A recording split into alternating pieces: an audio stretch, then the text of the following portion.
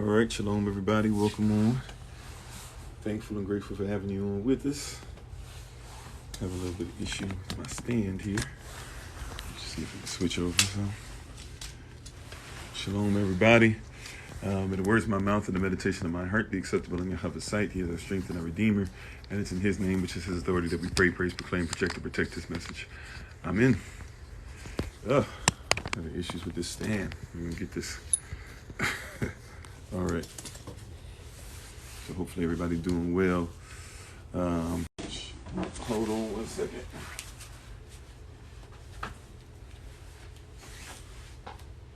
Hold on.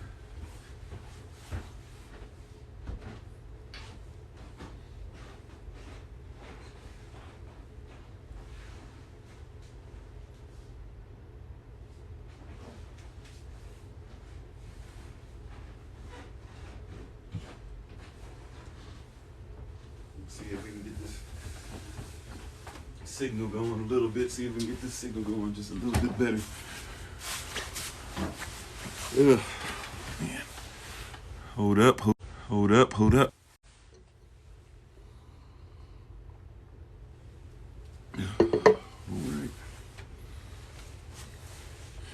Okay, hopefully we got a little better signal this time. Okay, I don't know what's going on. We're gonna have a fight today with this signal again. I'm trying to come on here. Shalom, Ian. How you doing? Peace be upon everybody. Namaste. Hola. Bonjour. Ni hao. Aquaba. Et descend. Habari. Jambo mi Kofi Nina Franco Katana Nueve. Etc. Osayu. I see you. Welcome. Hotep. Etc. Welcome. And so, yeah, nobody wants your guilt. That's what we're trying to talk about. And as we talked about before, on our Having Been Led As We Believe series, we're on every rising, every single day, 8 o'clock a.m. Eastern New York time. We're on Mondays, Tuesdays, Thursdays, and Fridays at 8 o'clock p.m. Eastern New York time. And we've been doing a series in the rising called, Having Been Led As We Believe. And a lot of people have this thing where they want us to, where they think we're trying to make people feel guilty. Shalom to everybody joining us. Thanks for being on. And those who will watch this later on YouTube, and whether you're watching us live or later, we appreciate you. We don't have the podcast rolling tonight, but there's plenty of podcast episodes to catch up on. Nevertheless, nobody wants your guilt is what we want to talk about tonight. And there's this strange response whenever anybody talks about classism, chauvinism, patriarchy, racism, feminism, schisms, etc., any isms for that matter. There's a strange response that happens. We talk about something and the response is always, I don't feel guilty about something I didn't do. As if somebody talks about racism, you're the one that started racism. Or if somebody talks about America did something dirty, well, I didn't do it. Why are you trying to make me feel guilty? Nobody wants your guilt. Matter of fact, if you have guilt about something, you're trying to attach yourself to something, right? You should feel guilty for the things that you continue to do or continue to pursue or continue to let live, or the things that you do out of ignorance. There's a lot of things I've done in my life out of ignorance. There's a lot of things that I could look back in my life on and I'm not proud of. Right? And things that I need to get together. Heck, there's things that I've done today that I'm not necessarily proud of, right? Because we all make mistakes every day. Right? Attach yourself to those things to make them better. But we don't believe in condemnation, including self-condemnation. We don't try to condemn people. I tell people this all the time. I have no heaven or hell to put anybody in. Once I realized that I had no heaven or hell to put nobody in, I knew it. But once I really, realized that and started using that in my life, it really helped me to free myself up. So I don't put people in heaven or hell. I do believe in truth, creating freedom in people. I never made you bald, right? Somebody would hear me talking about being bald and they say, I don't feel guilty about being bald, or, I don't feel guilty about you having hair. It's like, it's a weird conversation, but people want to have that type of conversation. But nobody wants your guilt. Nobody should want you to feel guilty. There are some people who call themselves allies. We know what that term means nowadays, right? We hear it so much. There are some people who call themselves allies, and they're allies out of guilt. Don't be allies out of guilt. Hey, what's up, Brother Kenyatta? How you doing? Still haven't made my way back to that area. Hopefully, we'll be back in that area sometimes very soon, and maybe catch up or maybe do a little group thing or something, But we're not looking for people to be guilty. And if you're somebody who's listening, thank you for that. If you're somebody who's listening and you're looking for somebody to make you feel guilty about something, you're listening for the wrong thing.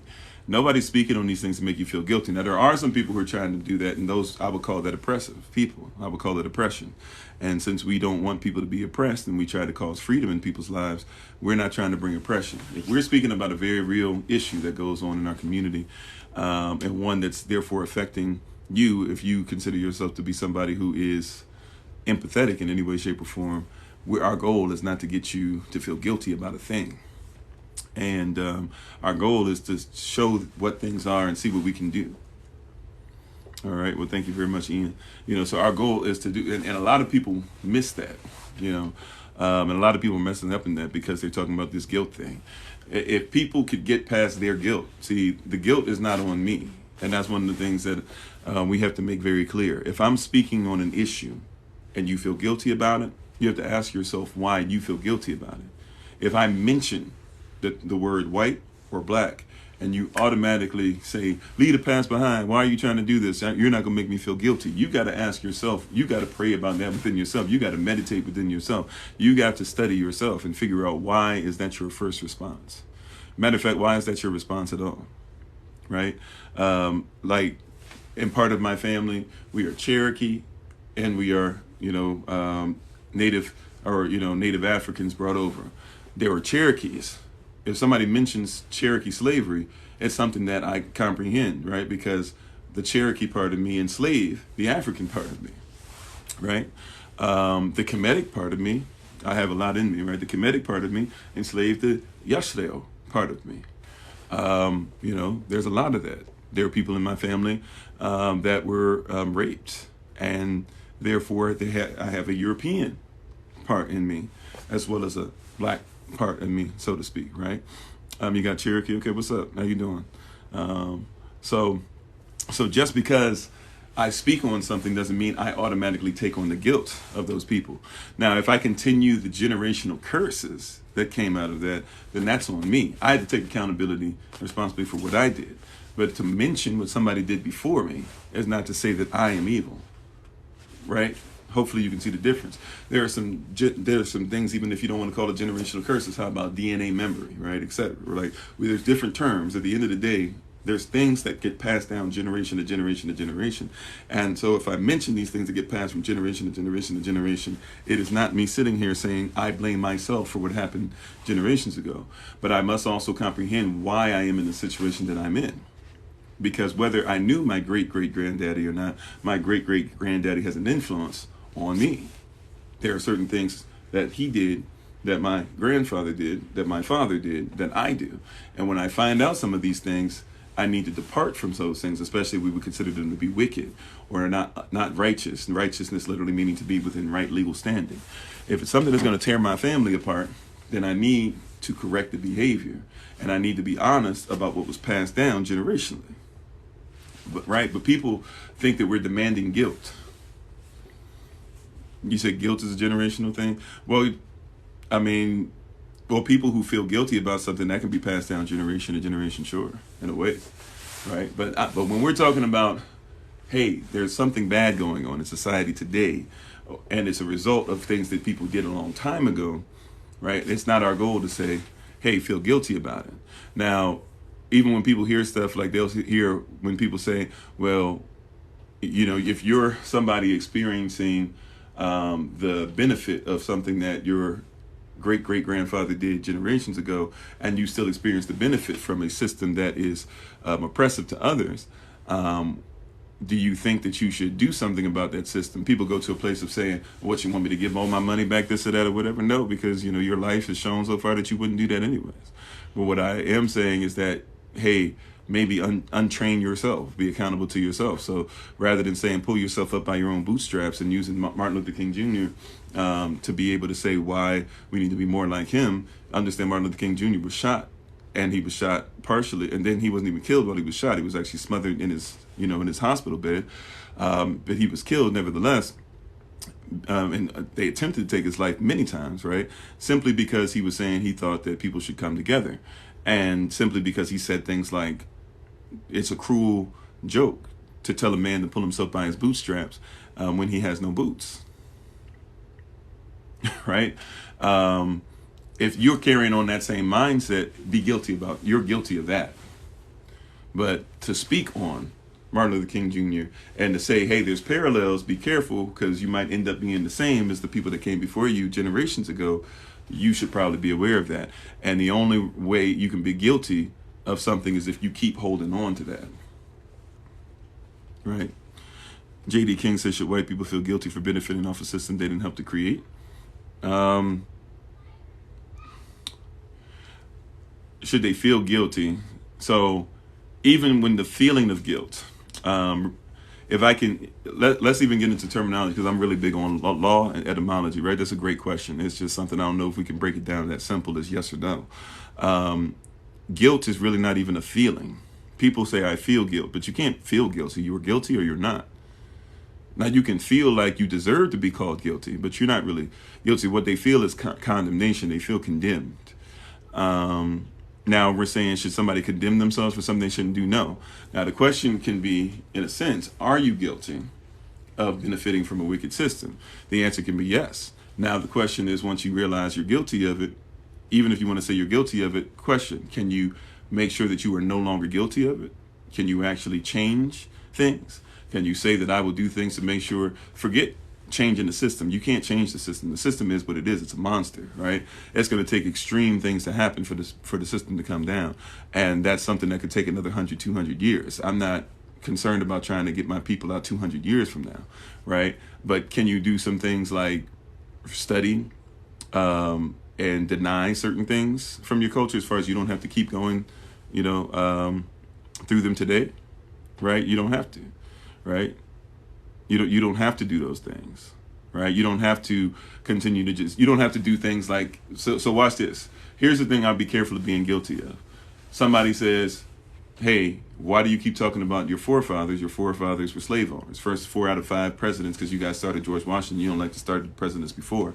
So if you started George Washington, when you started him, what is that, 1789, somewhere around there? So when you started George Washington, maybe it's even earlier, but when you started him, why not be honest and say like that all of those presidents were slave owners, talking about freedom.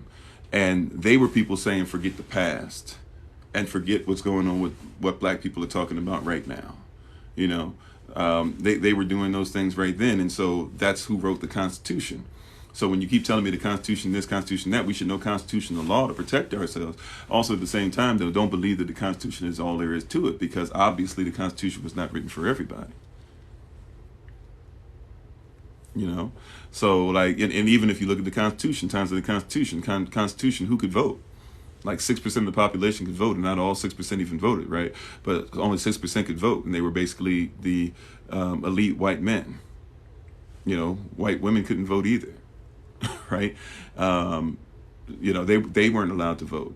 So it's like, so if you continue those types of systems and things, we can say you're guilty of that. If you want to do the same thing, oh, I don't see color. Well, they said they didn't see color while also saying that black people weren't even people. They used to say, the color doesn't matter. That's what they wrote. They tried to write talking about the bond. They didn't use the word slave. They used the word bond. So they talked about us being property, and at the same time talked about the wild savage Indian. Like that's the wild savage original American. The American was originally known, according to Europeans, was originally known as copper-colored people who were indigenous to Turtle Island, right? So while you're dealing with that, Yashva is always with me. Thank you very much, Sarkskin, etc. I'm sorry, I don't know if I'm pronouncing it right. So and we used to do that back. People used to do that back then too. Jesus is all that matters, and you had slaves that would take the offering. That's why you got people that wear the white gloves in churches still to this day, covering their hands and making sure that they, that they have one hand behind their back and one hand underneath so that they can't steal from the offering. That's where that stuff came from. Why you have overseers and stuff like that. The overseers used to sit in the services in those big chairs. And when the service was finished, or when the sermon was finished being preached by whichever black slave they allowed to be the pastor, then the overseer would get up and speak after them to tell you if what he said was right or wrong. But then we would still talk about Jesus. Where my people are from. When you go over to West Africa, and when you go over to Elmina Castle, you'll see that in the midst of the castle, where all the men were basically either being enslaved, and some of them were being thrown in prison because they didn't want to get raped, and some of the women who didn't want to get raped were literally strapped to a ball and chain. They still have there for you to see, and they would fry them in the sun, and then they had a place. These dirty women who were standing in fecal matter that came up to their knees because they didn't even clean out where the women were, the cages basically that the women were in. And they had a rotating, you walk up this rotating staircase that goes upstairs to where the governor was, right? And he would have the women coming in and out of his place all dirty and everything like that, right? Disease being all over the place. And then having these people go from the point of no return. A huge place for us when we go back there to be able to say we weren't supposed to come back, but I came back. I returned.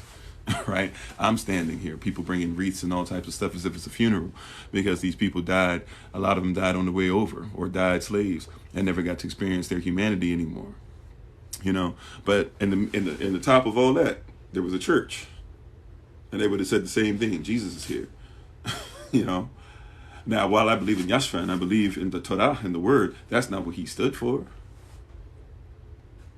Right, and he wouldn't have thought that we could just simply say the same thing like I don't see race, things like that, and just say, well, Jesus is here, and try to act like we should ignore all that stuff that's there. Right?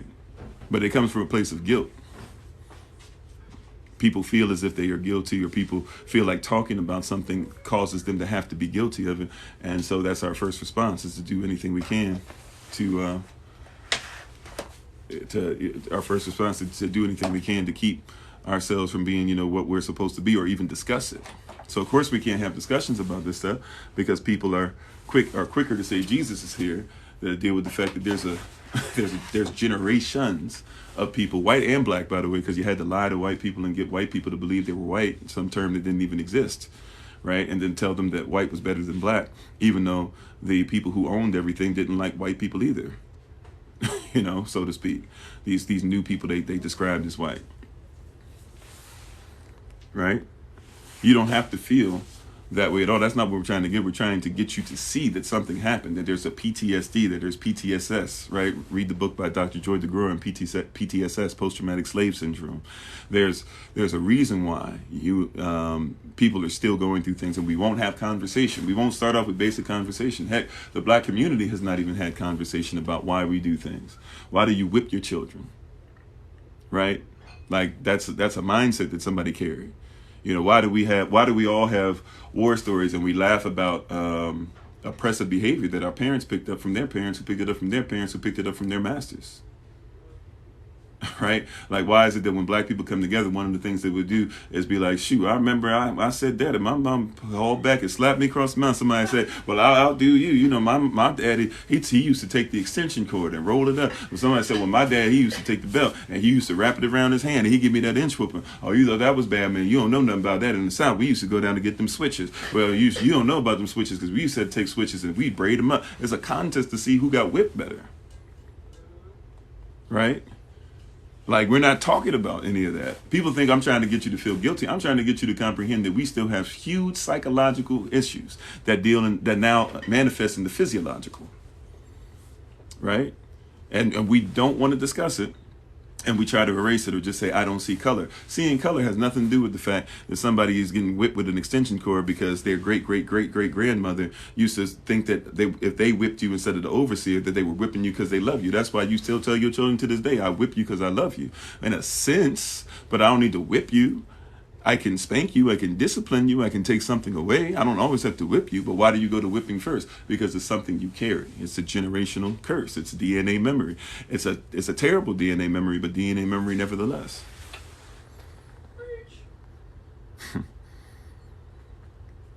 You said they should stop teaching hate in homes. Yeah, but you got to admit that there's such thing as hate. You have to teach there's such thing as ignorance. You know, a lot of people don't want to. That's why we talk about culture all the time. Culture leads to beliefs. Beliefs lead to emotions. Emotion leads to feelings. Feelings lead to mood. Mood leads to effort or energy. And effort energy leads to your habits. You can't break habits if you don't rewind a little bit and deal with your emotional response. You can't deal with emotional response if you don't rewind a little bit and deal with your beliefs. And you can't deal with your beliefs if you won't deal with the culture that you got that out of. Right? It's all going to go back to culture. And we don't want to have an honest conversation about a culture that all of us were raised in. You say you about the vibe, okay?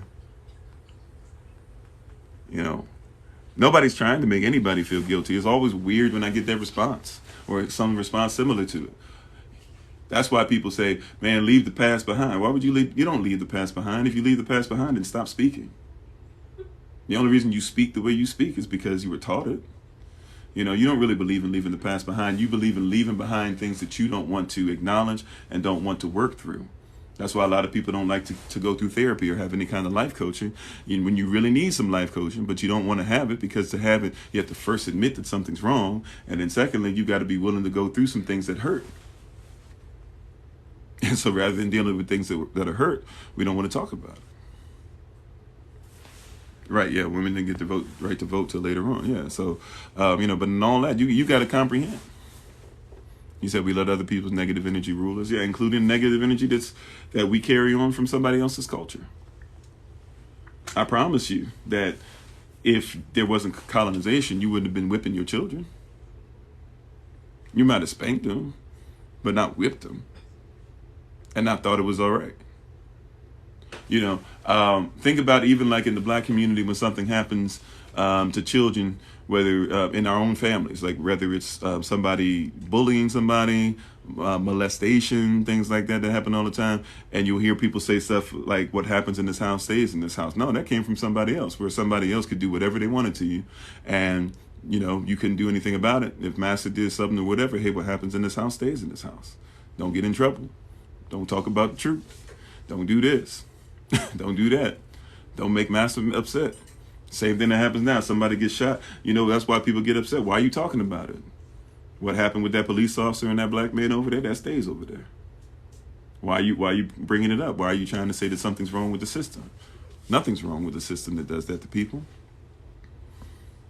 That's how people were raised. Right? That's how the American is raised now. Bree's mama said people need healing. Can that happen if we don't dress the wounds? Right, exactly. I mean, think about that. You know, somebody has a wound, right? If something happened to me, I've had, you know, we've all had some things that have happened to us where we get some kind of wound or some kind of open wound. Imagine you having an open wound. You know, I have still a little bit of a scar left where I had this huge thing down my leg one time. I was taking out the trash when I was in my teenage years, and the glass cut into the side of my knee, basically. And I didn't notice it. I was fine or whatever until my mom noticed it. And, of course, she screamed. And then I looked down and I got a little weak because a bunch of blood is pouring out my leg. Right? Now, my mom, you know, thinking very quickly, just knew she needed to get the skin to come together because that's what they do if they're going to stitch it together anyway. So while I was not knowing what to do, she basically got some duct tape and taped my leg together. She put it around my whole leg or whatever, pulled the skin together. We got to the hospital. And or not to the hospital, we actually went to our pediatrician. He's a family friend. And when we got there to him, he said, wow, you know, and he was able to fix everything real fast. And he told my mom, you know, if you hadn't thought on your feet like you did, you know, he probably would have had to have stitches, but all I needed was butterfly stitches and to heal as naturally as possible, which pretty much I did. I think I have like maybe some kind of little issues because, you know, how like you get surgery and they say when it rains or start to rain, sometimes I can kind of sort of feel it. But, you know, I don't really know it to the level that people talk about. Nevertheless, though, right, like she had to make sure the wound was taken care of, or else it could have gotten worse and worse. The skin could have kept stretching out, whatever. We have all these wounds and people keep saying, don't take care of the wound. Don't dress it up. Like whatever you got to do, if you got to duct tape it, do something, right? Don't just let it sit there. Don't wait till you get to the hospital. Don't get so scared about the blood, this and that or whatever. You know, imagine my mom saw the blood and was like, ooh, I don't like blood, so I'm not going to do anything with your wound, right? Like love takes over. Action takes over at a certain point. You know? I'm sorry, King said that's true, but one can't argue abuse of power, right? I'm not sure which part. Oh, well, if people argue things about abuse of power? I'm not sure which part you're talking about. If you want to bring it back to me, I'm sorry, King. I apologize. I want to make sure that I'm answering you correctly. Ian said you're so right. It's a way for some to abuse power, and we need to shut them out. Right, and we need to just have a system that's set up different. Oh, as far as the system goes, well, some people. So put it like this: I think people are, like we don't give credit. And I don't think people give themselves enough credit, even people who we would consider to be on the other side or our enemy, etc. Right? People are smarter than what they even want to believe. They have more intelligence than even what they want to go through. But you have to deny intelligent behavior. I got a person that my wife and I, listen to a lot, Dr. Lai Africa, one that my wife would consider to be her teacher. And he says something it sounds funny, but it's very profound. He basically says that it takes a lot of effort to be stupid, right? It takes a lot of effort to be stupid. And a lot of people will do whatever it takes to stay stupid or stay ignorant or say ignorant things or live in ignorant behavior rather than fix it. So a lot of people will abuse or will deny any abuse that's ever happened of that power because it makes it easier for them to go to sleep at night. Because they carry, here going back to what it says, we don't want them to, but they carry guilt. And the only reason why somebody can carry guilt for something they didn't do is because they attach themselves to something that they didn't do. I'm gonna say that again because somebody missed that, but that's gonna bless you, right? That's gonna bless you like any other reading or canon or anything you're talking about. That's gonna bless you if you carry that with you. The only reason why people feel guilty about something or talk about guilt of something they didn't do is because they attach themselves to something they didn't do. So if you say, hey, you benefit from a system of oppression, somebody gets mad and says, I didn't start it and I didn't do that and I worked myself and I've gone through problems too, and they start telling you all this stuff that's it's a straw man argument. It has nothing to do with the actual argument. They're going to give you everything because they attach themselves to it. So they have to focus on the fact that they are not attached. That they have to say to themselves, I'm not attached to it. The reality is the only reason you feel guilt about it is because you have attached yourself to it. You can't tell me. Look, some people, maybe there's ignorance on this level, but let's keep it 100. There's no way that you grew up in the United States of America. There's no way you grew up in Europe. Matter of fact, because of the way colonization goes, there's no way you grew up anywhere in the world unless you're in certain tribes that don't connect to any of this stuff. They don't watch television, stuff like that. There's no way outside of that you grew up in this system, right? Especially now in the days where we all have phones, right? These phones that catch everything, and even if you don't have cable, you can watch this about anything you want to watch, right? Like you have access. I have more access to things through my phone than I do through cable. That's one of the reasons we don't even pay for cable or Netflix and things. If we really want to watch something, we have access to anything we want to get to, right? So there's no way you grow up in a place like that, right? And can deny that there's a such thing as black and white.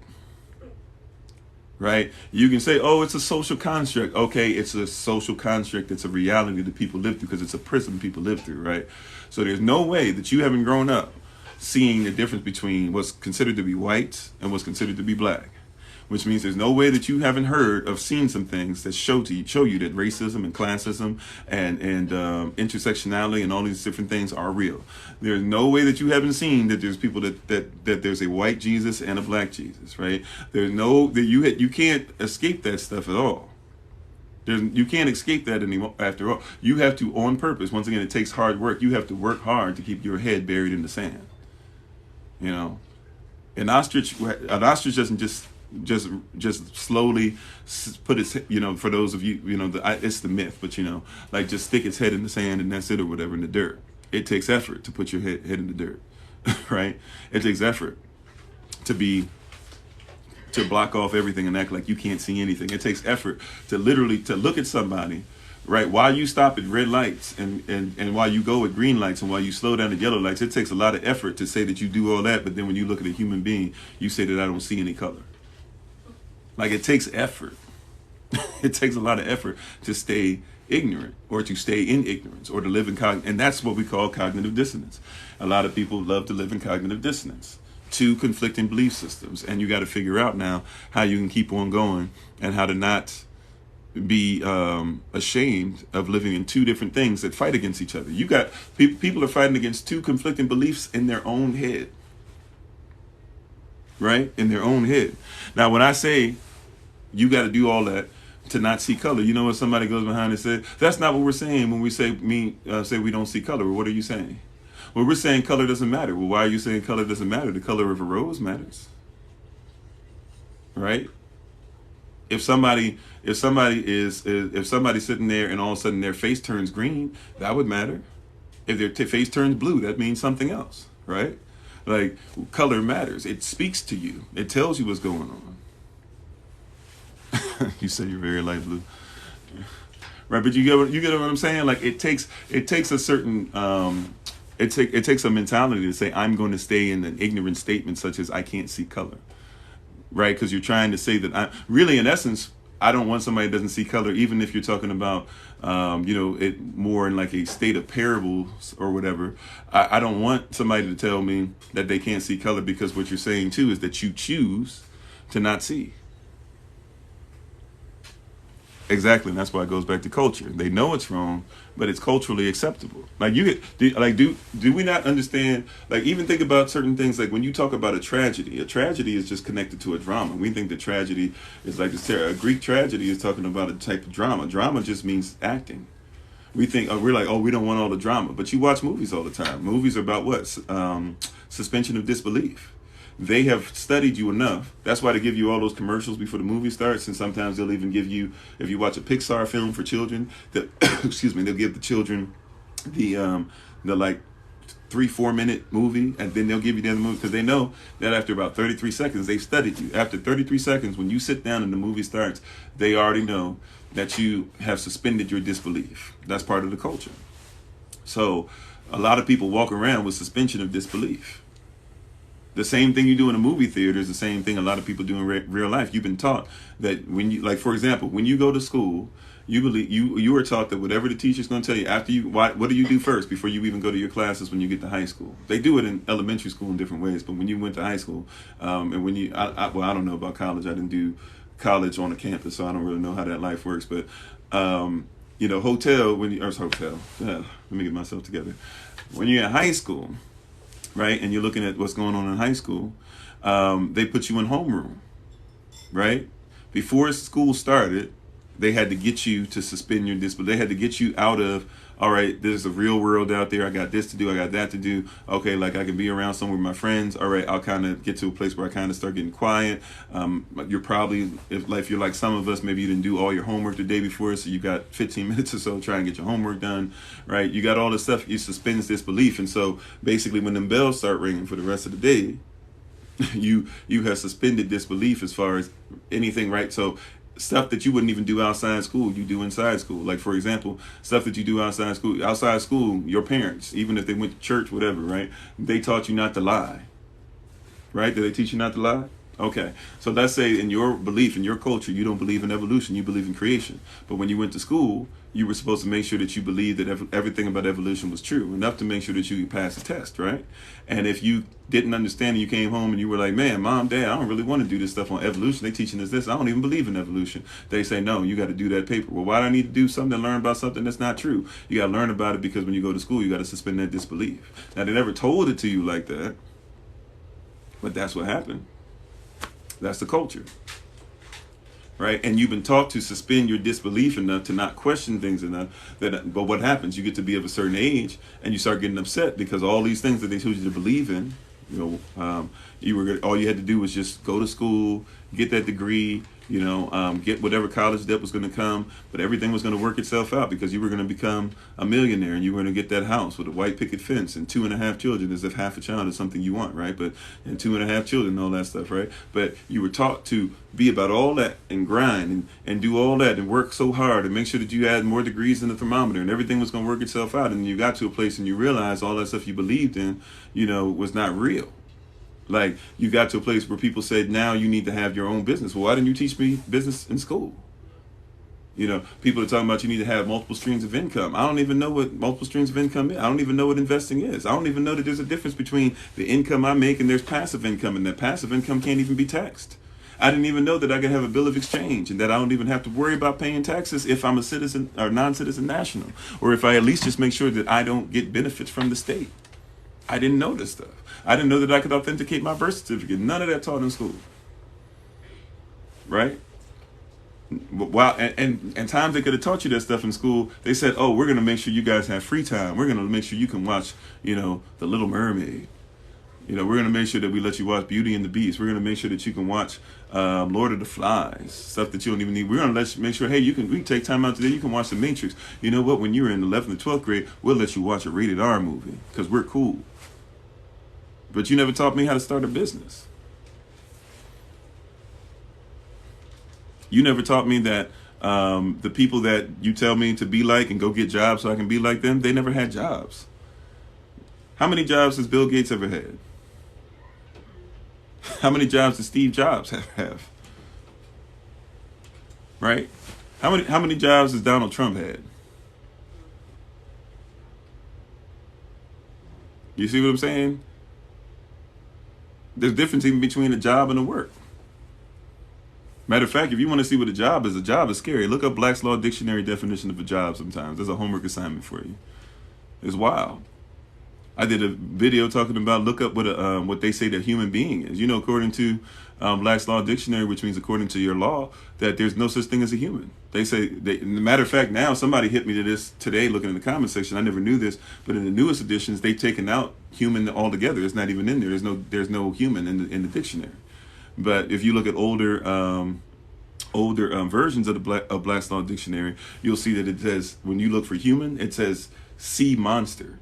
So it says, look up the definition of what a monster is, because that's what they think a human is. If you are a actual natural person, a non-citizen national to the United States corporation, you are a monster to their system. That's why they don't want us to know who we are. That's why they want us to be in a position where people are feeling more guilty. If you feel guilty, you really don't make a lot of decisions. People who are in guilt, they locked up, they're in debt, they're in prison. Right? And when you look up the definition of monster, right, you'll see that monster says that it's somebody that can't even own land. So they teach you how to be a monster. They don't teach you how to be a human. That's the system you're in. And I'm saying all those things not to make you, once again, I'm not trying to make people feel guilty. You said yours is the 11th, returning to older copy. Yeah, you have as many versions of it as you can. It's good to have as many versions so you can see how they change this stuff. But it's still all really saying the same thing. It's the same law. No, not SEA monster, but SEE. It tells you the sea monster, SEE. See what a monster is. Look up the definition of monster. Right? So think about that. Like but people are thinking I'm saying this stuff because I want somebody to feel guilty. If anything, I'm trying to get you to see that somebody's guilty of making you feel like that, and maybe you should work towards your freedom. Right? Think about that. If we work towards our freedom instead of fighting over who's more guilty, I can care less who's guilty. Right? At this point, like, the proof is what it is. People have done things that came before us. People are still doing things today. At this point, that is what it is. My goal is not to make anybody feel oppressed. My goal is to say, you see what's going on? You see how they oppress? You see they did it to the Irish people. You see what they did to the natives. You see what they did to the African. You see what they did to the original British person. You see what they did to those 10 tribes at the Western, that Western Rome when the Pope and them took over, and Justinian and Theodora killed off the 3 tribes that dare go against the Roman, what we now know as the Roman Catholic Church. Like, that's what they're still doing, same game. That's what I'm trying to get you to see. Right? I'm not trying to get you to feel guilty. You didn't have anything to do with that. But you are guilty if somebody hooks you up with some knowledge, some intimacy on it, with the subject matter, and you still decide that you're going to go ahead and act like what you were shown doesn't exist. Now that's a problem. That's problematic.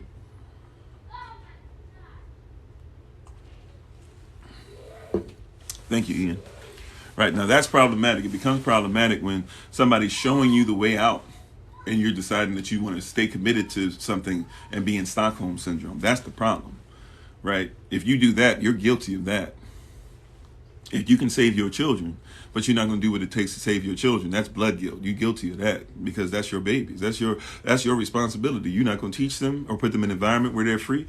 I'm so glad. Look, my son, just like any child, you got to be careful with all the stuff on social media and what they watch and how you treat them and a whole bunch of stuff with technology and things like that. At the same time, though, I'm glad, like, my son is not in the same environment that I was in, and learning some wild stuff, and had women that were trying, I praise Yah that never happened to me, but, I've talked with my wife about this, like, that there were, older girls, there were, I'm sorry for the signal if it issues or whatever.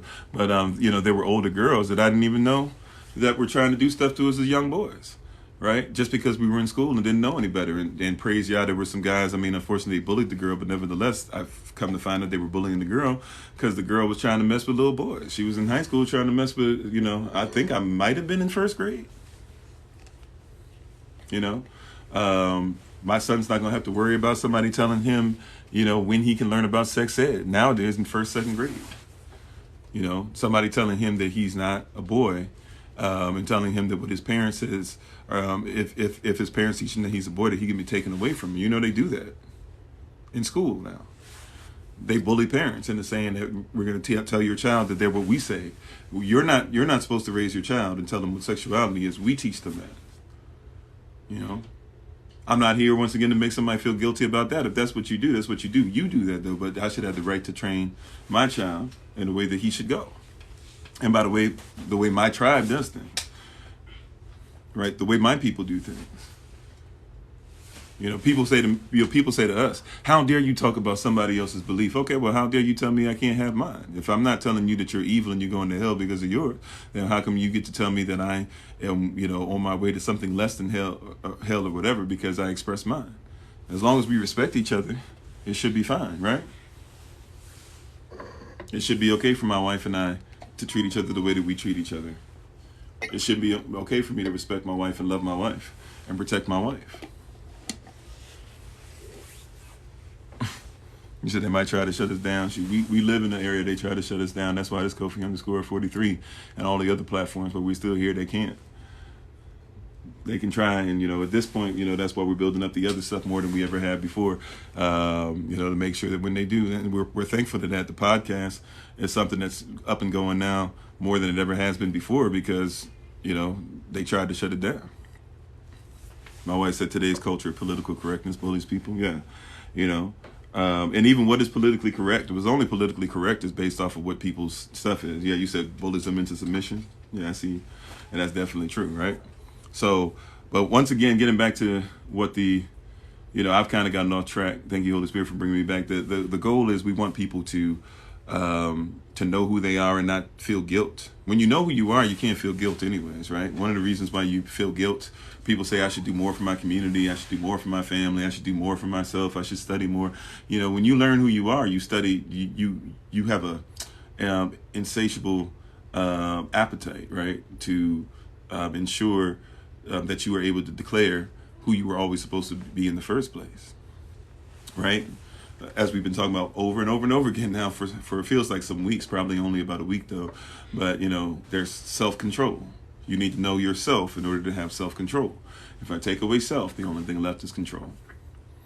And if you are controlled by somebody, it becomes real easy to feel guilty about stuff that's not even yours.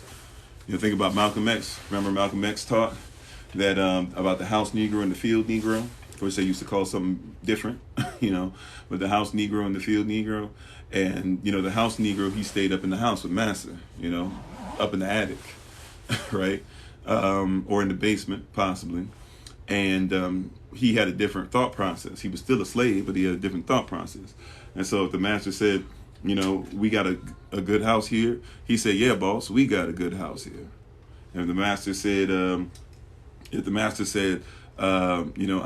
the master walked around and looked like he was sick, the house Negro would say, what's the matter, boss? We sick? Right? We sick. Right? If the master said, or if the master's house caught on fire, the house Negro would fight harder to put out the blaze than the house Negro would for his own house and for his own family. Right? And if somebody came to that house Negro and said, let's separate, right? That house Negro would say, separate. What? From here? Where are you going to find a better, this is what he would say, where are you going to find a better house than this? Where are you going to find better clothes than this? Right? Where are you going to have the opportunity to work? Right? Like I'll get to work here. Where are you going to find good people like you find here? That's what he would have said. Right? But then there was a field Negro. And the field Negro would have came, the field Negro, they caught the sting of the lash. They called hell. Right? If the master, if they didn't consider the master's house to be their house because they lived out in the field, they had a different reality. If the master said, if the master got sick, they would pray that he died. And I'm not saying that's what we should be doing, but I'm just telling you, when somebody's treating you like that, there's a different mentality, right? If the master got, if the master's house caught on fire, and I'm quoting Malcolm X, right? If the master's house caught on fire, he would pray for a breeze, for a wind. And if somebody came to that field Negro and said, "Hey, let's get away, let's run away," right? He would say, that field Negro would say, "Hey, let's go away, let's run away. Anywhere is better than here." Yeah, and that's something interesting too, Minister Tammy. Yeah, the Hebrew word massa actually is Hebrew. It's actually Hebrew for burden. So even think about what we were saying to him, right? We would call him massa, thinking we didn't say master as in teacher. We say massa as in burden. A lot of people don't even think about how this stuff goes down because we don't like to talk about those things being reality in Israel and where we are and who we are, and Deuteronomy 28 verses 15 through 68. Nevertheless, but that's a quick thing to kind of keep in your spirit, to remind yourself of that. Nevertheless, like when you look at all that, right? And so what happens today? Same thing. Somebody says, just like happened with the house Negro with the house. When the master would say, we got a good house here. Somebody say, we need to make sure America's strong. Where's the we? But the house Negro, the person part of the corporation, they say, yeah, we need to take care of America. Like when America taking care of you? When they were sticking you with syphilis? Was that when they were taking care of you? When they had you enslaved even to the 60s and 70s? Heck, in Georgia, they just had people that they found that still had, slaves in Georgia. Right? Still doing the same stuff. And they would say the same thing. Just like back then when the house slave, or when the house Negro, when he would say, when he saw the master was sick, he'd say, hey, what's the matter, boss? We sick? We sick? Right? And people today, oh man, America, we can do better. We need to make sure America's sick. America got sick. America has that. Where's the we? They sick. Why are you in debt? They in debt. Right? Like, but you take it on. I'm in debt. You got a bill of exchange. That's their debt. That's not yours. Right? Like they would do when the house caught on fire, and the slave would fight harder to put the blaze out than the master would. Like people trying so hard to make sure that they can tell you why we got to put out Joe Biden's issues, and when he keeps saying racist stuff and all this stuff, we got to make sure we defend them. Here, I see people talking about blacks for Trump and stuff like that, as if Trump cares about anybody, let alone black people. Because we're taking on stuff that doesn't belong. We got black women out here talking about feminism, and our own sister told us, right? Why am I forgetting her name? Dr. No, intersectionality lady, or a woman who talks about intersectionality and was a Black Panther. Angela Davis told our women, and therefore told us as sons listening to her, she told us to not take on somebody else's oppression. But we'll fight harder to put the blaze out than they will for themselves. Meanwhile, you're sitting up here, you fought hard to make sure you got that Stop Asian Hate bill put. And by the way, well done. I don't think that anybody should be hated on. So that was great. But where's the fight for yours? And why did we stop fighting for ours to say, see, the Asian people, they were talking about Black Lives Matter, so let's make sure they get their bill. You don't have yours yet. And I'm not here to say that somebody shouldn't get theirs. What I'm saying is if they're not going to give you yours, you got to figure this thing out for yourself at some point. We're making sure everybody else is safe, but you're not sealed. Right? Yeah, my wife was talking about the character from Django, Samuel L. Jackson's thing in Django, or even when she's talking about Nancy Pelosi, also when she was messing with the little girl's hair, and I put that on Kofi_42, right? Nancy Pelosi messing with the little girl's hair, and the little girl didn't like it and moved, and so I talked about how, like, she had no shame, all these cameras around, all these things, and people are looking, and not one person thought, like, to say, hey, Nancy, what you touching this little girl's hair for? Right? And then when I said something about it, it wasn't even white people that ran to Nancy Pelosi's defense as fast as it was my own people to tell me that here I am just being some, I'm just, trying to do all this wrong stuff, and I'm actually a traitor to America and this and that. Like America's the place to where Nancy Pelosi can pet your little girl like she's a pet. And you see less problem with that than you do with me saying that she shouldn't be able to pet you. And the little girl didn't like it. Right? If somebody touches my child and my child reacts in the way the little girl did, pulling away and stuff and being a little scared or irritated, but feeling like she can't do much because she's taking pictures and somebody might say something, I'm going to step up as the parent and I'm going to sound off. That's my responsibility, right? That's our little girl out there. And people were more, black people were fighting harder for her to be petted, than they were to say, hey, don't treat our little girl like that. Yeah, right. And by the way, even in black culture, we don't just be touching people's hair like that. Like, you got to have a relationship with somebody and just touch somebody's hair. I remember being in school and having people who were from this country or other countries. They'd be like, oh, I like black boys' hair and stuff, and try to touch my hair or whatever. That's not cool. Yeah, you boundaries, right? Something that be simple. You said it's something that we should have had a long time ago. And we did. Here's the crazy part. We had that stuff when we were segregated. You know why? Because when we were segregated, all we had was each other. The second that integration happened, and therefore we thought, for us, see, people don't even understand integration. For black people, integration was, see, we're better because... See, you got to understand both sides. There's so many different sides, but the two major sides, if you want to talk about just the people who say they were liberals, there were two sides even to this liberal movement that happened as far as integration. There were people who said, see, we did a great job because now we're going to let these people who are so bad, we're going to let them learn from us and get what we have, kind of, sort of. And once they get to have a little bit of what we have, we'll feel less guilt. The other people, black people, a lot of people that were happy about integration on the black side, they were saying, hey, you know what's great about integration? Now we can be around white people. We can sit at the same lunch counter as white people. I mean, with that, that was the goal. Let's sit at the lunch table. Let's have jobs where we can work for white bosses. Let's be able to, let's be able to vote and not on our way to the voting booth be killed. Think about the fight. And I'm not saying that those things aren't a righteous cause, but that shouldn't be the end all be all of anything. Don't get it twisted. I'm not sitting there saying what Martin Luther King Jr. did is bad. Martin Luther King Jr. died for me. Like, I take that personally. Like, Martin Luther King Jr., he died for me. Matter of fact, let's say it correctly. Martin Luther King Jr. was killed for me. He knew that he wasn't going to see, he wasn't going to get there with us. He said He said he'd been to the mountaintop and he's seen to the other side. And he might not get there with us, but he saw it. And he died simply explaining what he saw. And I'm grateful that somebody did. I'm grateful what Malcolm did. I'm grateful for what Medgar did, what Marcus did. Those are the 4 M's for me I always remember, right?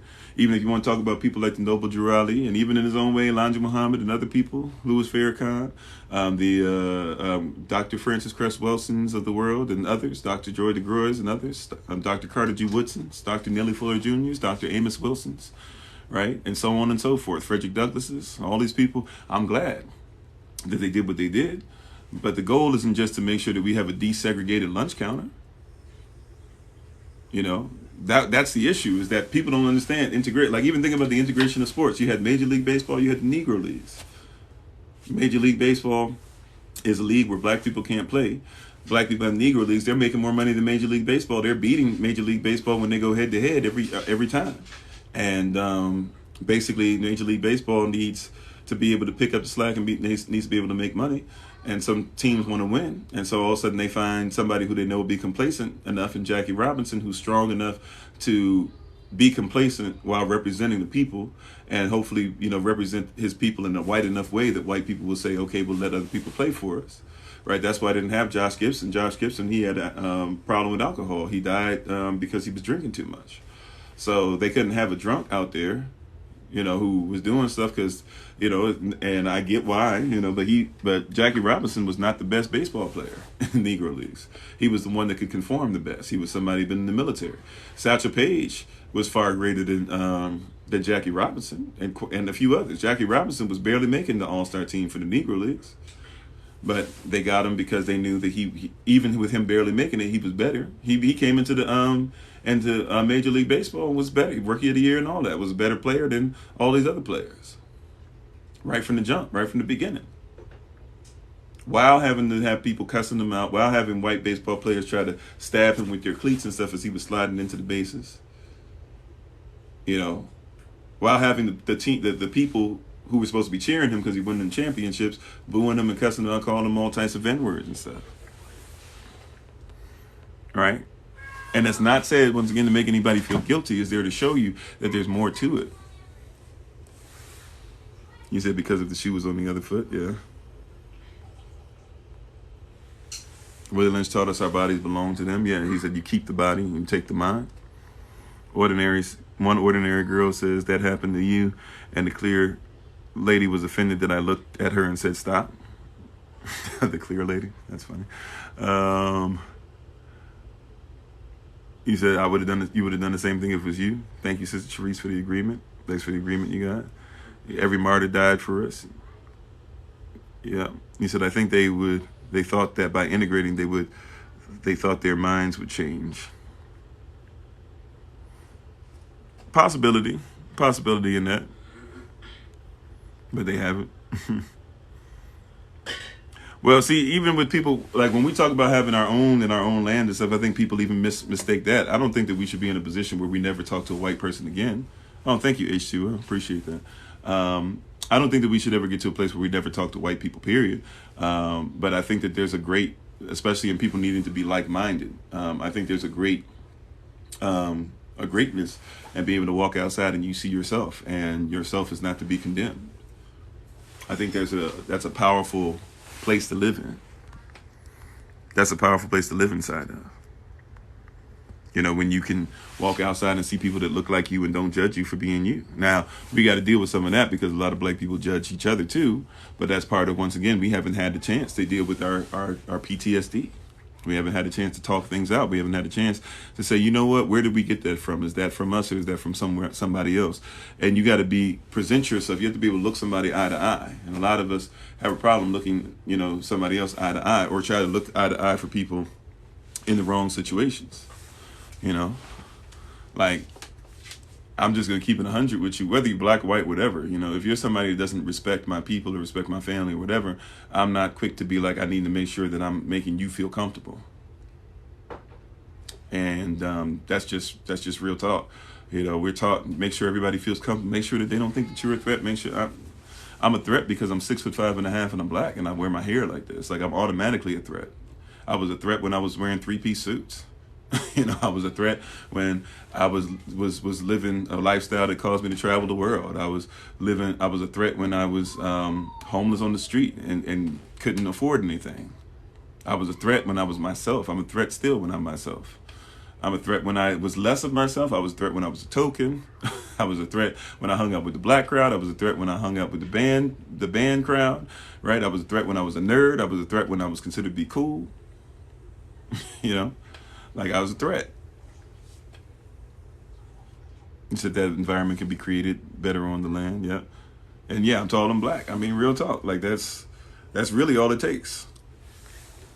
Like, if I'm hanging out with somebody and somebody starts to do anything that could be considered illegal, like, other people don't think about stuff the way I do. Like, if I'm going somewhere and somebody starts to do something that could be considered illegal or make the police look at you in any kind of way, I have to think differently than everybody else. You know why? Because I fit descriptions.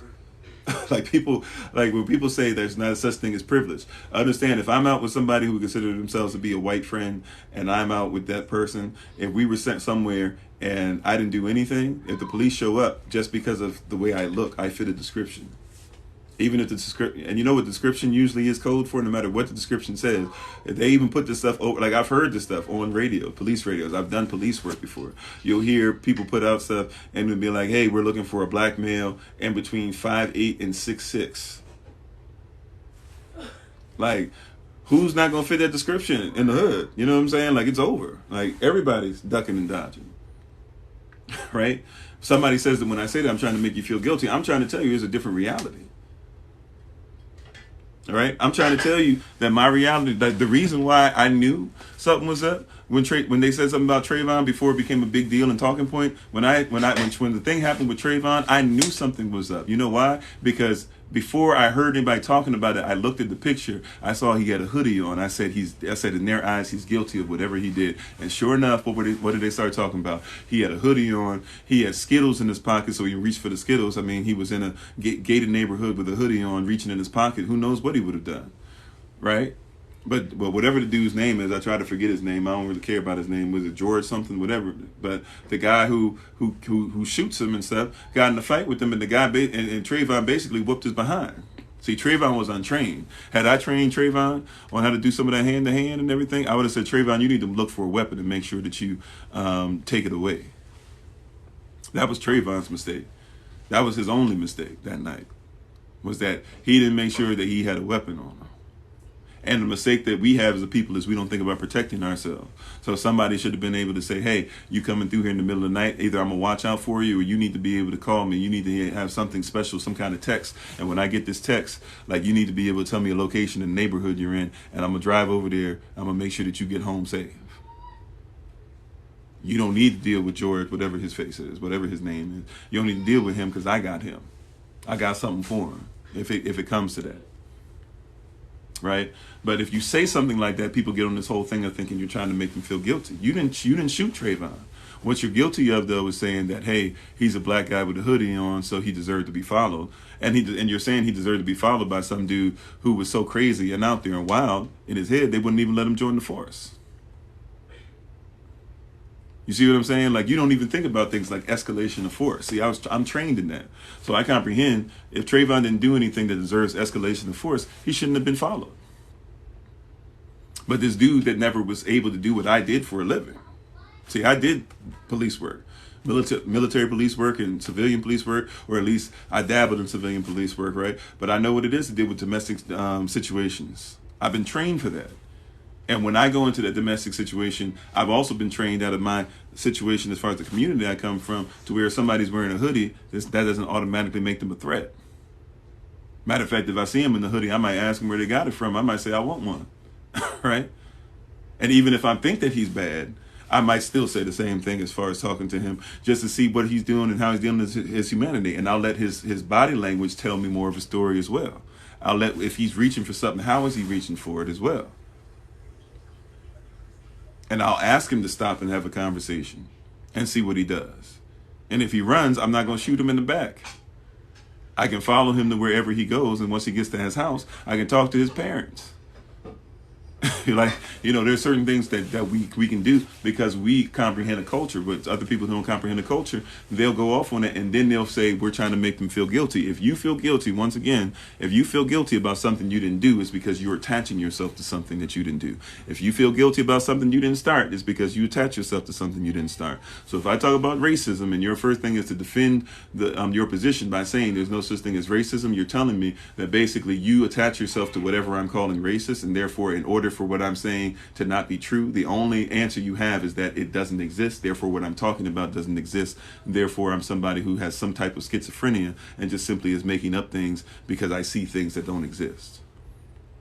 I mean, that's all we're doing. You said you went to school with Trayvon's mother? Oh, wow, I didn't know that. She was devastated from his death, and Zimmerman gets off. Yeah, I didn't know that you might have told me that before. I'm not sure. You said if Trayvon had been oh, wow. My wife said if Trayvon had been a dog, he would have been treated completely different. Yeah, people would be storming the streets because somebody had killed a dog. But, that goes back once again to post-traumatic slave syndrome, where it was more acceptable to kill a little boy than it was to kill a dog.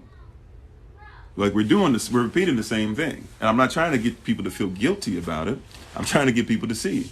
Like, that's something that existed. There were laws put in place to where you could not kill a dog for no reason, but if you killed a little child, you could. And they put that law together because women were the ones that were killing the children, because the children looked like the massive, because the massive was raping the black women. while saying that the black women were ugly and nasty and smelly and all this stuff, but apparently not so smelly that they couldn't, keep having sex with them. But that's the reality. Like, that's stuff that still exists today. Thank you, Shira's Lucky. Thank you. I appreciate that. It's nice. But that's still what exists today. And so when somebody points it out, that's where the guilt is coming. That's the real guilt. That's the real conversation. If you're attaching yourself to that, and when I say see that's happening because of the color of somebody's skin, that's why you got to tell me you don't see color. Because if there's no such thing as color, then you can't say, what you're saying is there's no such thing as racism. And if you say I'm a reverse racist, all you're doing is trying to say that, hey, you didn't start the system of oppression, I did. Neither one of us started the system of oppression. I'm telling you what is. If I say protect black women, I'm telling you that because black women are the least protected creature on the planet. Not person, but creature. Because once again, black women are actually referred to the B word so much, right? And treated as lesser than bees, so to speak, that they will call each other the B word, because calling each other the B word is a way of them being able to take, quote unquote, the power back, just like people try to use the N word to take the power back.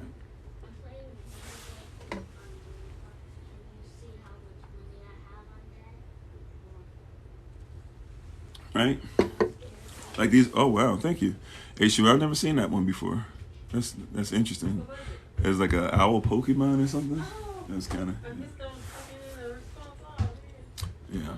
So, but like this is the issue that people have. This is the thing that people go through all the time, and they want you to feel like when we talk about this, we want you to feel guilty. I don't like. Watch this. Your guilt will not help change anything. Your actions will. Figuring out what you're guilty about, it will. But I'm not saying these things to tell you what you're guilty of. I'm trying to tell you these things are here, and we're also trying to give tools. That's why we're talking about making sure that you can feed yourself and that you can be sovereign and that you can do all these things, right? I hear you, Sister Beverly. Yeah, you won't do that, and you shouldn't. And so we will not be separated from Yah. I personally don't care about separated from this wickedness. Amen. Hey, how you doing, Atar? So, that's what we're talking about. That's what we're trying to get across to people, is to just simply speak on what's going on. And if your first reaction is that you have to tell me why you're not guilty of something, you got to figure out why that's your first reaction. If it's your 25th reaction, you still got to figure out why it's a reaction. All right? Like when people come to me and they try to say, man, you guys are black Hebrew Israelites, so you guys be cussing people out and you guys call people the C word that rhymes with, backer and all this stuff, and that you guys are this and that or whatever. And since you guys do all those things, you guys are terrible people, and that's what you believe. And it's like, well, if that's what you automatically going to assume, then so be it. But that has nothing to do with me. Or when somebody tries to hit you with, hey, why are you guys talking about this? Because, the Bible never talks about racism and stuff. I mean, Yahshua talks about racism a few times. Just him by himself. We can talk about other times too, but it's talked about where people thought they were better than others just because they were of another, what we would now call today, race. And he deals with it. And he shows how foolish it is. The woman at the well, they're having a discussion, right? And he says to the woman at the well, she's like, why are you talking to me? You're a Hebrew, and you're an Israelite. Israelites don't talk to us. You guys call us dogs and this, that, whatever. He said, man, get past that. He said, if you knew who was talking to you, you would have asked me for water, and I would have given you something that would have been greater than anything you're going to get out this well. Right? Like he said, you're so busy dealing in racism that you assume that I'm against you because you've made a judgment about me without even knowing who I am. Right? Another Samaritan woman, he tests her. He says it's not meat to give, the food, the stuff on the table to the dogs, right? Because they called, Israelites called Samaritans dogs. They called them half-breeds. That's terrible. That's not righteous in any way, shape, or form. They called them that, though. And so guess what? Guess what her response was when he tested her? She says, even the dogs eat the crumbs from the master's table. And he says, wow, woman, and woman was a term of endearment. So he says, wow, woman, great is your faith. He gives her a compliment that he doesn't really give to anybody else who's an Israelite. Think about that. But you're dealing with what we would now call today racism in those two cases. And the list goes on and on.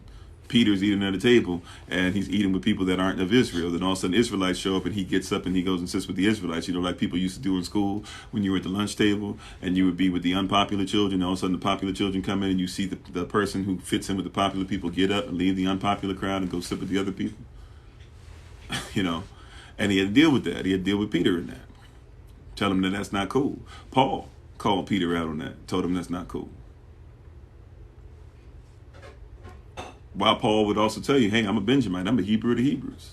I'm Avdi of the Avdi. All right?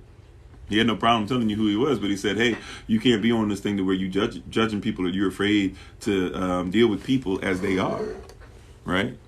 But there's a system that we got to be honest about that teaches us all about who it says we are rather than who we truly are. So a lot of people, when they sit down, I don't care what they say. Oh man, I got this friend. You know, that's why you got to be careful. People say, I got these black friends. First of all, the interesting thing about that, when people say I got black friends so I can speak on this or whatever, yeah, when people say that, it's always interesting to me, because I'm like, okay, ask your black friend if you're racist, and ask them if they do anything that bothers you, and ask them for truth.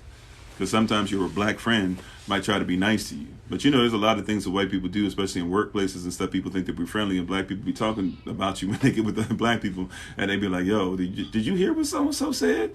Yeah, you know, but that's the boss's favorite, so I can't really say. You know, that happens a lot.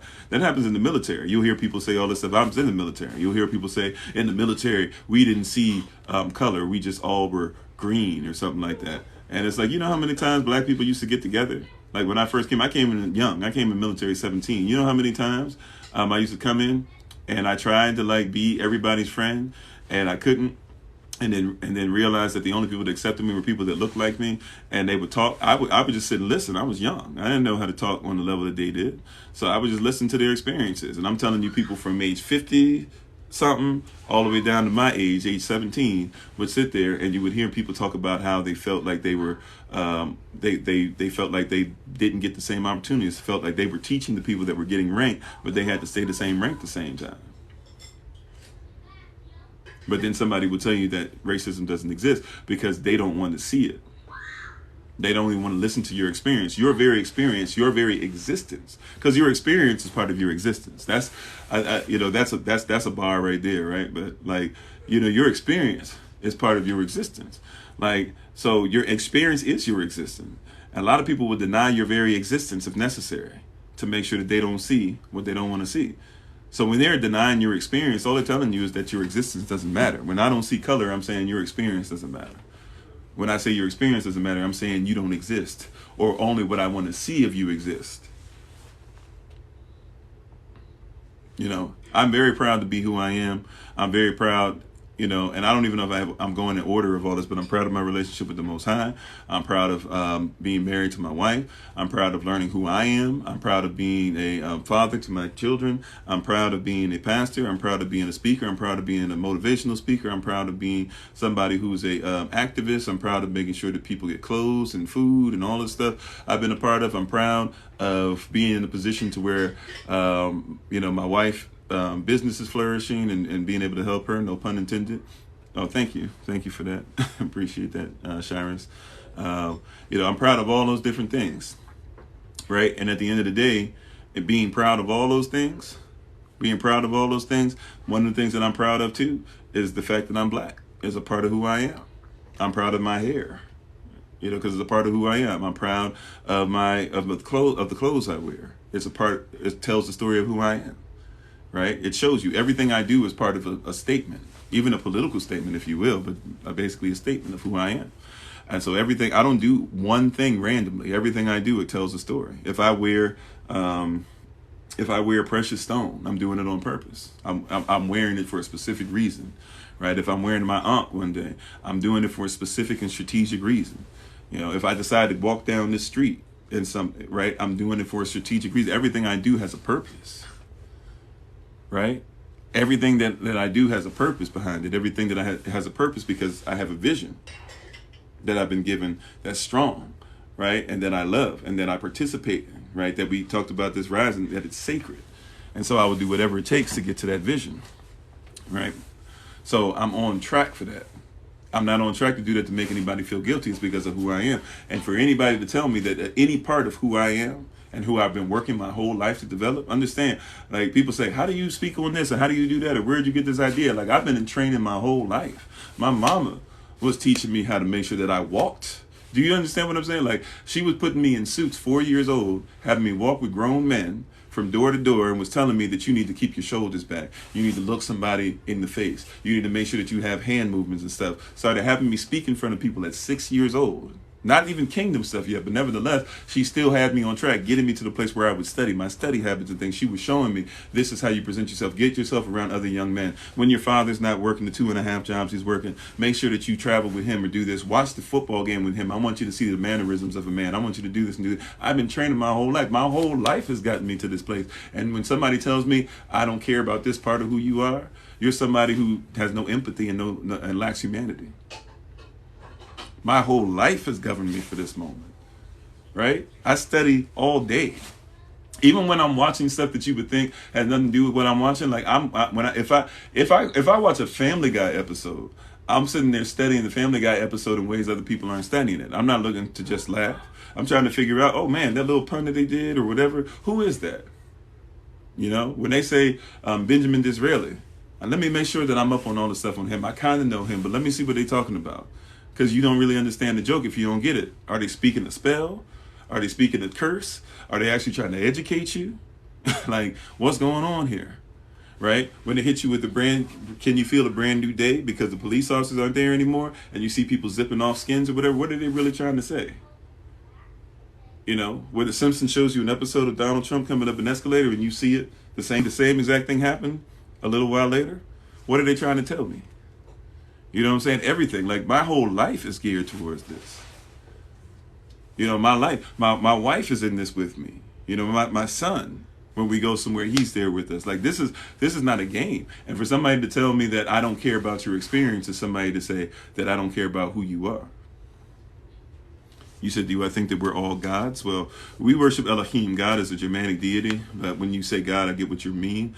A simple answer to that is Romans chapter 8, verse 19, and Romans chapter 9, verse 6. Romans chapter 8, verse 19 says there's a difference between the creation or the creature and the sons who are going to manifest. So you have to be qualified, right, and be doing what the word of Yah says.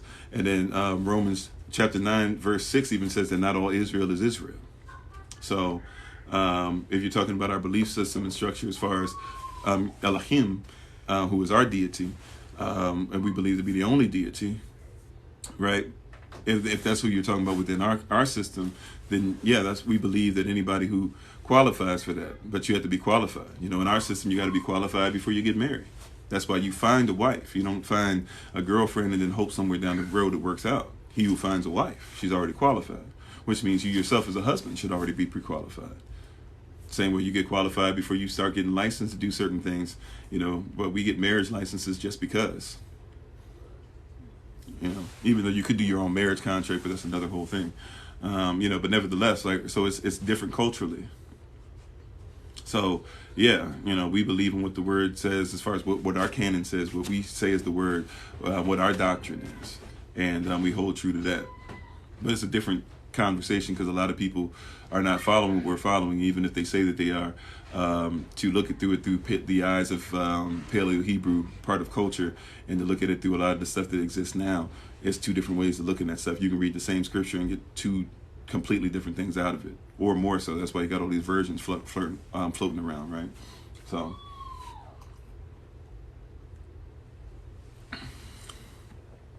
you know. Oh, no problem. Thank you for the question.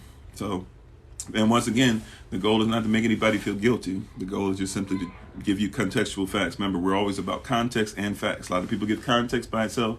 A lot of people give facts by itself. But when you put the two together, you start having conversations in truth. And truthful conversations are a whole nother level of conversation. So, but yeah, our goal is not to get people to feel guilty. I could care less about saying who's guilty and who's not. If you're guilty of something, at the end of the day, you're going to have to search your own heart. If you hear somebody talking about something and you have guilt on something, don't condemn yourself for it. Work towards making sure it gets better. Make sure that you work towards becoming greater. And every day you should be working towards that goal anyways. So if you're always working towards being greater, you should always be doing something like Paul calls it crucifying the flesh. Every day I wake up, I say, man, I could be better in this area. I could be better in that area. I can make sure that I'm better in doing this, better in my speech, better in what I do as far as technology, because I'm not great at technology. So I could be better in this. I can make sure that stuff is going better for business. I can make sure my wife's business is going better. I can make sure that my children, are hearing from their dad more and getting more positive energy and things like that. I can make sure that I'm visiting our people better. I can make sure that I'm calling up people. I can make sure that I'm texting people saying I'm praying for you. I can always do something a little better, right? I can use my time better. I can rest better. I've been getting better at resting. We're going to be doing some traveling as we normally do, and we're going to be doing some traveling soon again. So, I know that when we get ready to travel, that means that I need to take a day or two to rest, especially when we on the road, 10 plus hours, 10, 15 hours or so, depending on what's going on, especially now with snow and stuff in a couple certain places that we're looking at going into. Then I know I need to be better at rest. You can be better at everything. Hey, trying to fix your head, that's a good place to start. Redoing your mind every day. All right, so once again, we're not trying to get people to be in the place of feeling guilty. That's not the goal of it. And if you feel guilty just because somebody mentioned something, you got to figure that out. If you're a husband, and as soon as your wife says, we need to talk, and your first thing is to say, oh man, whenever we got to talk about something I need to do. Before you make it a place where you're guilty already, just hear your wife out and see if what she's saying actually is relevant. You got snow in Virginia today? Yeah, so I know it's starting in New York. Actually, in the D, somebody showed me a picture of some snow a while ago. Then somebody in New York told us it was snowing. Somebody sent us some pictures from like the Baltimore area. Then somebody else said today I saw something, them talking about DC basically was shut down.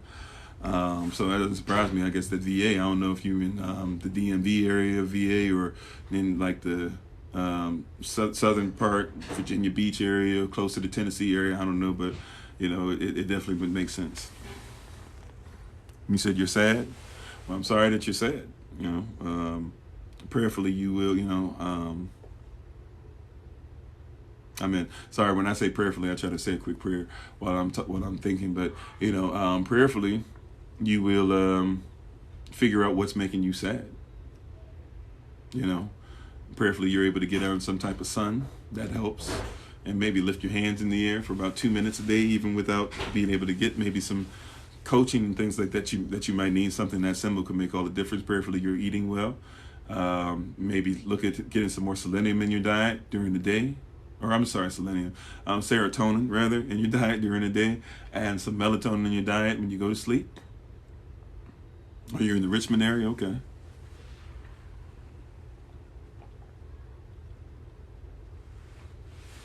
We got a couple of people in the Richmond / Tidewater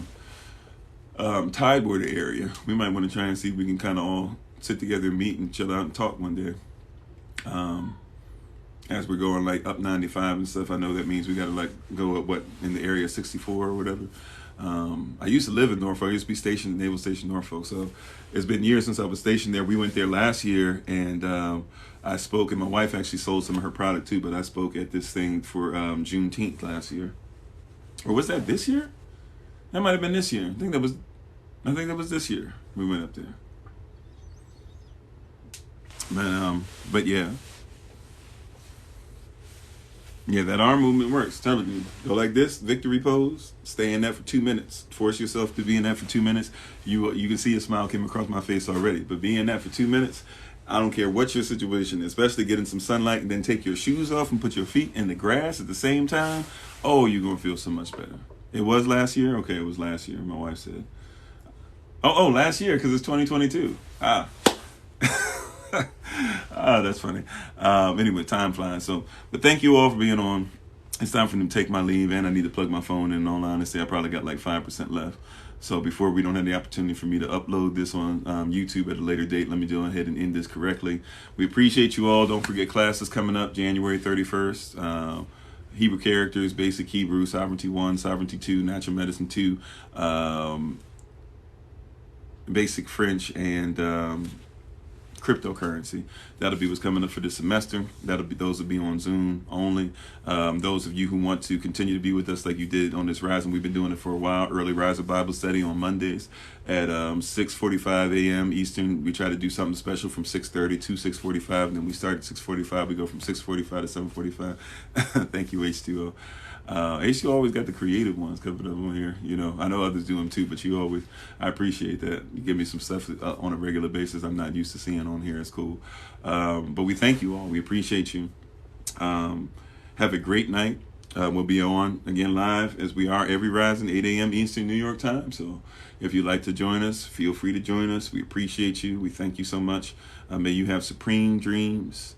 May you remember who you are. We will probably do a live tomorrow evening. Forgive me if I don't. I'm going to press hard to make it. But like I said, I know we're about to be traveling soon. So I'm going to make sure I'm getting rest to make sure that I'm ready for the day and packed up and everything in the next couple of days to go on to our next location. So hopefully we'll hear from you guys and see you guys very soon. Some of you, I don't say where we're going in public forums, but I will tell some of you as we're going in your areas and stuff like that. You know, maybe we'll try to stop by and say hello to you guys and say thank you for some of the stuff that you're doing. And we'll be going up and down, like pretty much into like our northeast region and our southeast region a lot. So, you know, we look forward to seeing you all very soon. If you want more information on pretty much everything we're doing, just go in our look in the bio, and also you can look in the where it says website or whatever, and we have a link tree there. You can go on the link tree, figure out different ways to be able to be part of what we're doing. And if you look at our videos on TikTok, you'll see that they say hashtag FindKofi on just about every one, hashtag FindKofi. If you're watching this on YouTube, just about all of our videos have information in the description box, so you'll be able to see that later. And we appreciate you. This year, we're transitioning from last year, which was our year of living or pursuing the promises. And this year, we're trying to live in that which we pursued. So we're thankful and grateful for anybody who's coming along on that journey. And take care of yourselves, take care of your family. Once again, follow my wife, Bloom and Flourish, not A-N-D, but the letter N, Bloom and Flourish. Follow her on TikTok, YouTube, and her website.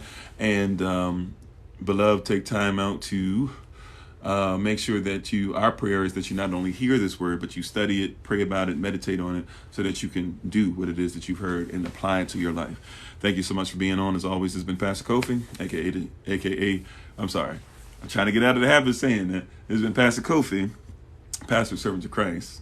We're always changing lives one mind at a time by being a voice of the voiceless and speaking the unspoken, until I have the great privilege, opportunity, and responsibility of being in front of you all again. Remember, as always, that you are loved, you're necessary, you're majestic, you're fearfully and wonderfully made, in you, which is all of us working together, will be the reason why people who are in this system no longer have to be of it.